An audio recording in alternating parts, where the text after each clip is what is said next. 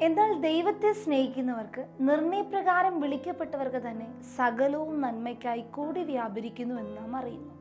റോമർക്ക് എഴുതിയ ലേഖനം 8:28. ജീവിതം സുഖമായി നടക്കുമ്പോൾ ഇത് വിശ്വസിക്കാൻ എളുപ്പമാണ്. എന്നാൽ വേദനാജനകവും ആശയക്കുഴപ്പം ഉണ്ടാകുന്നതുമായ നിമിഷങ്ങളുടെ കാര്യമോ? ഈ വാക്യം എല്ലാം നല്ലതാണെന്ന് വാഗ്ദാനം ചെയ്യുന്നില്ല.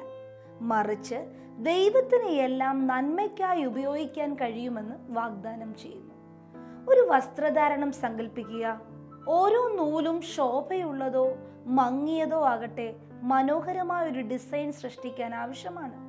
അതുപോലെ നിങ്ങളുടെ ജീവിതത്തിലെ ഓരോ സാഹചര്യവും, അത് സന്തോഷകരമോ വെല്ലുവിളി നിറഞ്ഞതോ ആകട്ടെ, നിങ്ങളുടെ നന്മയ്ക്കും മഹത്വത്തിനുമായി ദൈവത്തിന്റെ മാസ്റ്റർ പ്ലാനിന്റെ ഭാഗമാണ്. ഇന്ന് നമുക്ക് അവനിൽ വിശ്വസിക്കാം, അവനെ പൂർണ്ണ ഹൃദയത്തോടെ സ്നേഹിക്കാം. അവന്റെ ഉദ്ദേശത്തിലുള്ള നമ്മുടെ വിശ്വാസം ഏത് വെല്ലുവിളിയെ നേരിടാൻ ശക്തി നൽകട്ടെ.